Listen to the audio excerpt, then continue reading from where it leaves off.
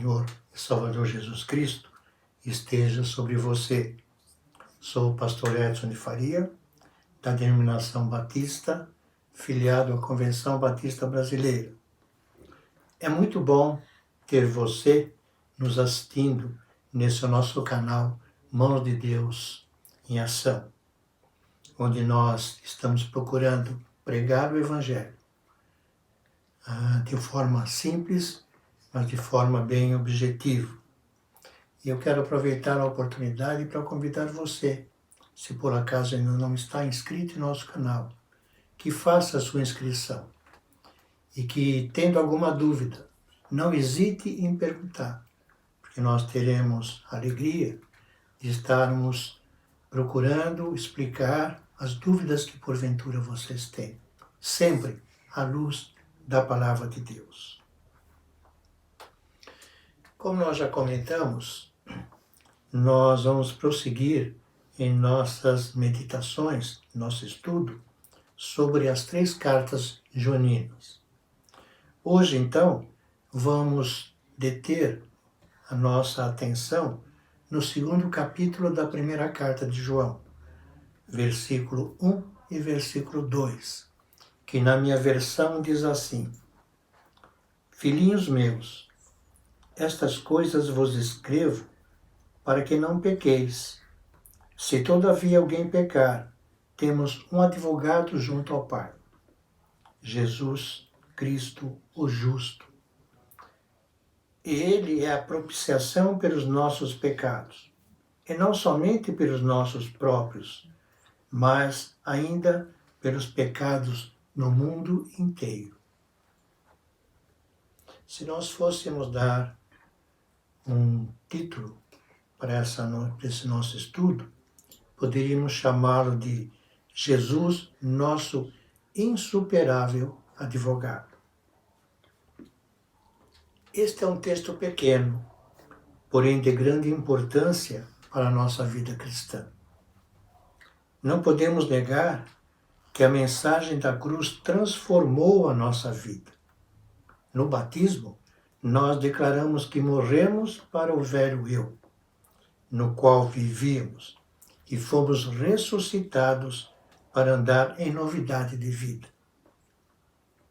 Com uma resolução e uma determinação acompanhadas de amor, decidimos deixar a vida de pecado e começar a viver em total obediência ao Senhor. Entretanto, esse ideal depara-se com uma realidade, a luta que todos nós temos em nossa vida diária.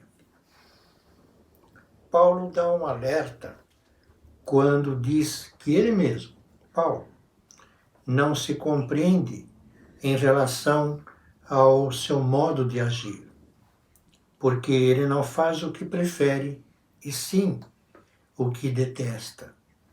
O que ele escreveu lá em Romanos, capítulo 7, versos 15 e 19, ele vai dizer que ele não faz o bem que ele prefere, mas o mal que ele não quer, este ele acaba fazendo. O fato é que, mesmo salvos, lutamos contra a antiga natureza, a natureza adâmica que ainda está viva em nosso viver. Essa é a constante luta que mantemos em nosso dia a dia. Essa é a realidade da vida cristã. Somos salvos, mas ainda pecamos. Muitas vezes somos derrotados pelo pecado. O que fazer? Como nos relacionar corretamente com Deus? Como tratar com os pecados? Como vencê-lo?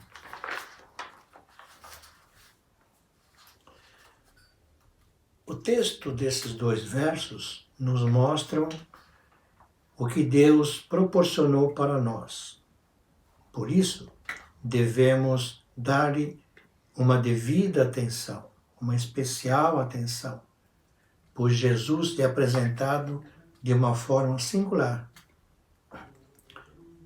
Todo cristão deve agradecer a Deus pois no eterno plano salvífico, Jesus é o nosso insuperável advogado. Nesses 2 pequenos versos, nós encontramos 5 verdades sobre o nosso insuperável advogado, Jesus Cristo. A primeira verdade é que Jesus quer que o cristão tenha o alvo de não pecar mais. Está na primeira parte do versículo 1 que nós lemos. Filhinhos, ele começa assim: Filhinhos meus, estas coisas vos escrevo para que não pequeis. João inicia sua declaração com a expressão filhinhos. Esse diminutivo expressa o termo de afeto que ele tinha para os seus, aqueles que o seguiam na igreja. Como se ele fosse o pai, um ancião, tratando com carinho os seus filhinhos. Um homem que, de certa forma, no início do seu ministério, falava muito, até asperamente, ele agora trata as pessoas como filhinhos, com todo aquele sentido de amor. Vamos pensar que o fato de Jesus nos perdoar quando confessamos não é uma licença para nós estarmos pecando.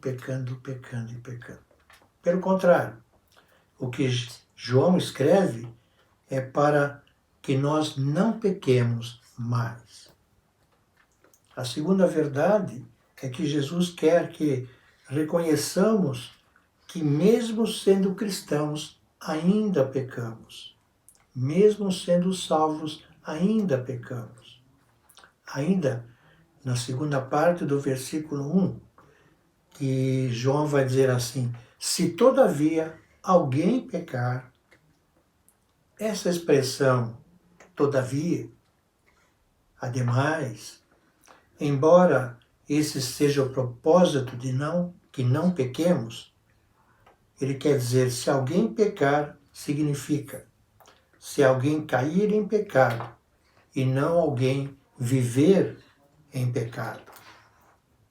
João se refere a pecados ocasionais dos cristãos, aqueles que acontecem por causa da nossa fraqueza, da nossa fragilidade, porque, querendo ou não, somos humanos. A realidade dos cristãos é essa.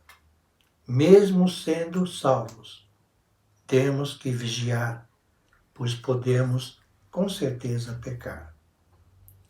A terceira verdade é que Jesus quer que saibamos que podemos recorrer a Ele quando nós pecamos. É a parte final do primeiro versículo. Ele vai dizer assim: temos advogado junto ao Pai, Jesus Cristo, o justo. A bênção da intercessão, a bênção de termos alguém que nos defende, é uma bênção exclusiva de quem pertence à família de Deus.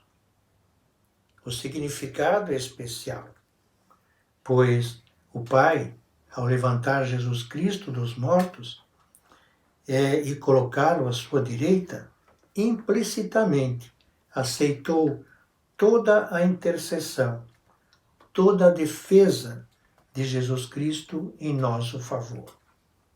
Assim, as acusações do inimigo são completamente vazias. Cristo é quem nos defende. Que maravilha! Que insuperável advogado nós temos. Deus concede outras bênçãos a bons e maus.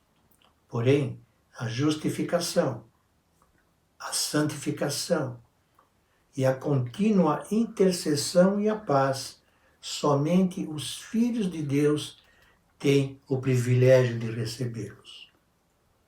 A palavra advogado no grego é a mesma aplicada ao Espírito Santo, como o outro Consolador. E isso demonstra que a segunda e a terceira pessoa da Trindade são plenamente unidas em essência.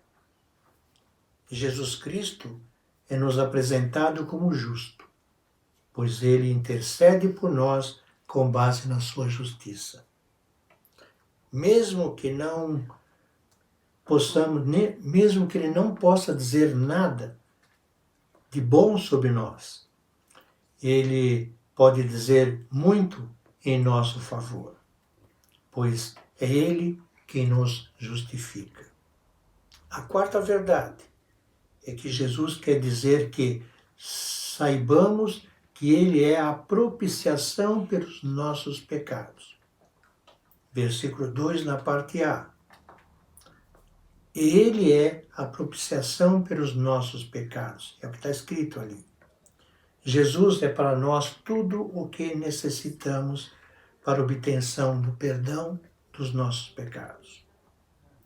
Jesus é o sacrifício expiatório provido pelo nosso Deus, nosso Pai de amor. Ele aplacou toda a inimizade e aplaca a justa ira de Deus contra o pecado. É surpreendente e especial que essa punição caiu sobre o Filho amado, Jesus Cristo.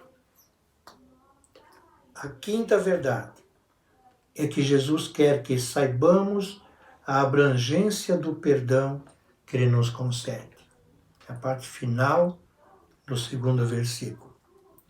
Pelos nossos pecados, e não somente pelos nossos próprios, mas ainda pelos do mundo inteiro. É certo que João está se referindo aos pecados dos cristãos, dos salvos, que mesmo salvos ainda pecam. Jesus resolveu as questões dos nossos pecados e tem poder para resolver os pecados do mundo inteiro. Para se usufruir da graça divina e do perdão dos pecados, são necessários 2 passos: arrependimento e fé. Ao concluirmos esta meditação, é importante reconhecermos qual a maneira de tratar com os nossos pecados. A intercessão de Jesus é o remédio contra o pecado, enquanto caminhamos na luz. Para conhecermos a Deus, devemos guardar os seus mandamentos. Amar os irmãos, não amar o mundo e nos afastarmos dos anticristos. Quando recorremos a Jesus, confessando o nosso pecado, Ele está pronto a interceder por nós e nos perdoar. Que nós possamos nos apropriar desta verdade. Deus os abençoe.